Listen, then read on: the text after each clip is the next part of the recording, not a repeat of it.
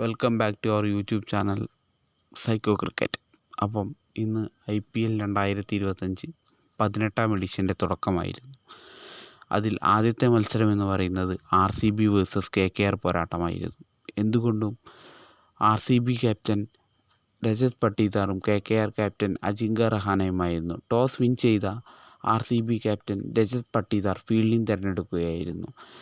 Fielding തിരഞ്ഞെടുത്ത ശേഷം അദ്ദേഹത്തിൻ്റെ തീരുമാനങ്ങളെല്ലാം ശരിവെക്കുന്ന രീതിയിലായിരുന്നു. അതിൽ ഇന്ന് ഓൾ റൗണ്ട് പെർഫോമൻസ് കാഴ്ചവെച്ച കൃണാൽ പാണ്ഡ്യയും ഫിൽ സോൾട്ടും വിരാട് കോഹ്ലിയും ഇവരെല്ലാം RCBക്ക് വേണ്ടി ഇന്ന് തിളങ്ങാനായി. കൃണാൽ പാണ്ഡ്യ RCBക്ക് വേണ്ടി 3 വിക്കറ്റും വിരാട് കോഹ്ലി അർദ്ധ സെഞ്ചുറിയും നേടി. ഫിൽ സോൾട്ടും അർദ്ധ സെഞ്ചുറി നേടുകയുണ്ടായി. ഫിൽ സോൾട്ട് പവർ പ്ലേയിൽ നല്ല രീതിയിൽ കളിക്കുകയും RCBയെ ഒരു വിൻ എളുപ്പമാക്കാനുള്ള ഒരു സ്റ്റേജിലെത്തിക്കുകയും അതിനുശേഷം അതിൻ്റെ ഒരു ആങ്കർ റോളിൽ വിരാട് കോഹ്ലി കളിക്കുകയും ഉണ്ടായി. നമ്മൾ മാച്ച് ഒരു സമ്മറി എടുത്ത് പരിശോധിക്കുകയാണെങ്കിൽ ആദ്യം ബാറ്റ് ചെയ്ത KKRന് തുടക്കത്തിൽ തന്നെ അവരുടെ ഓപ്പണറായ ക്വിൻ്റൺ ഡി കോക്കിനെ നഷ്ടപ്പെടുകയുണ്ടായി. അതിനുശേഷം സുനിൽ നാരായണും അജിങ്ക്യ രഹാനെയും പവർ പ്ലേയിൽ നല്ലൊരു കൂട്ടുകെട്ട് ഉണ്ടാക്കിയെങ്കിലും അവർക്കത് കാര്യമായി മുന്നോട്ട് കൊണ്ടുപോകാനായില്ല. അതിലെടുത്തു പറയുന്നത് അജിങ്ക്യ രഹാനെയുടെ ക്ലാസിക് ഷോട്ടുകൾ തന്നെയായിരുന്നു. അജിങ്ക്യ രഹാനെ നല്ല രീതിയിൽ മുന്നോട്ട് പോയെങ്കിലും അദ്ദേഹത്തിന് സപ്പോർട്ട് ചെയ്യാൻ ആരും ഉണ്ടായിരുന്നില്ല. അദ്ദേഹം പവർ പ്ലേ അവസാനിക്കുമ്പോൾ 15 പന്തുകളിൽ നിന്ന് 38 റൺസുകൾ എടുക്കുകയുണ്ടായെങ്കിലും പിന്നെ അങ്ങോട്ട് അദ്ദേഹത്തിൻ്റെ സ്കോർ മുന്നോട്ട് പോയില്ല. അദ്ദേഹം 36 പന്തുകളിൽ നിന്ന് 51 റൺസ് എടുത്ത് പുറത്താവുകയും ചെയ്തു. അതിനുശേഷം വന്ന വെങ്കിടേഷ് അയ്യരും റിങ്കു സിങ്ങും ആന്ധ്ര റസലുമെല്ലാം പെട്ടെന്ന് കൂടാരം കീഴുകയുണ്ടായി. അത് തീർച്ചയായിട്ടും ടീമിന് വലിയൊരു വെല്ലുവിളി ഉണ്ടായി.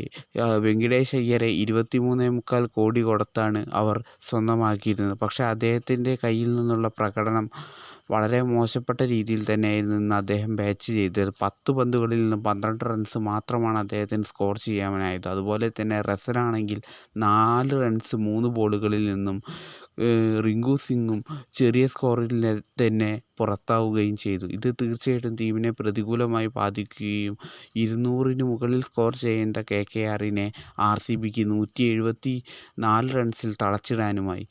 ഇത് അവരുടെ RCBക്ക് വേണ്ടി ബൗളിങ്ങിൽ സായു ശർമ്മയും കൃണാൽ പാണ്ഡ്യയും നല്ല രീതിയിലുള്ള പെർഫോമൻസ് കാഴ്ചവെച്ചത് കൊണ്ടാണ് ഇങ്ങനെയൊരു തിരിച്ചടി KKRനുണ്ടായത്. അതിനുശേഷം ബാറ്റ് ചെയ്ത RCB തുടക്കത്തിൽ തന്നെ നല്ലൊരു സ്റ്റാർട്ടിങ് അവരുടെ ഓപ്പണിംഗ് കൂട്ടുകെട്ടായ ഫിൽ സോൾട്ടും വിരാട് കോഹ്ലിയും ചേർന്ന് നടത്തി. അതിൽ ഫിൽ സോൾട്ടിൻ്റേതാണ് പവർ പ്ലേയിൽ അദ്ദേഹം അടിച്ചു തകർത്തെങ്കിലും കോഹ്ലി ഒരു ആങ്കർ റോളിൽ കളിക്കുകയുണ്ടായി. അതുകൊണ്ട് തന്നെ ഒരു 80-85 റേഞ്ച് റൺസ് സ്കോർ ചെയ്യാൻ അവർക്ക് പവർ പ്ലേയിൽ തന്നെ സാധിച്ചു. അതിനുശേഷം ഫിൽ സോൾട്ട് ഔട്ടായെങ്കിൽ കോഹ്ലി ആങ്കർ റോൾ തുടങ്ങുകയും രജത് പട്ടീദാർ കളിയുടെ വേഗത സ്പീഡിലാക്കുകയും അതിനുശേഷം രജത് പട്ടീദാറും പുറത്തായെങ്കിലും ലിയാം ലിവിങ്സ്റ്റൺ കളി ഏകദേശം പൂർത്തീകരിക്കുകയും ഉണ്ടായി. ഇത് തീർച്ചയായിട്ടും RCBക്ക് നല്ലൊരു തുടക്കമാവുകയും KKRന് ഈ ആന്ധ്ര റസലിൻ്റെ ഫോമും റിങ്കു സിങ്ങിൻ്റെ ഫോമും ഒക്കെ തിരിച്ചെടുക്കേണ്ട അത്യാവശ്യകതയും ഇതിൽ നിന്ന് നമുക്ക് മനസ്സിലാക്കാൻ സാധിക്കും. RCB ബോൾ കൊണ്ടും ബാറ്റ് കൊണ്ടും ഇന്ന് ഓൾ റൗണ്ട് പെർഫോമൻസ് തന്നെ കാഴ്ചവെച്ച് പറഞ്ഞു. അതിൽ കൃണാൽ പാണ്ഡ്യ 3 വിക്കറ്റും സായുഷ് ശർമ്മ 1 വിക്കറ്റ് നേടി. ആന്ധ്ര റസലിനെ പുറത്താക്കിയാണ് സായുഷ് ശർമ്മ ഇന്ന് നന്നായി ബോൾ ചെയ്തത്.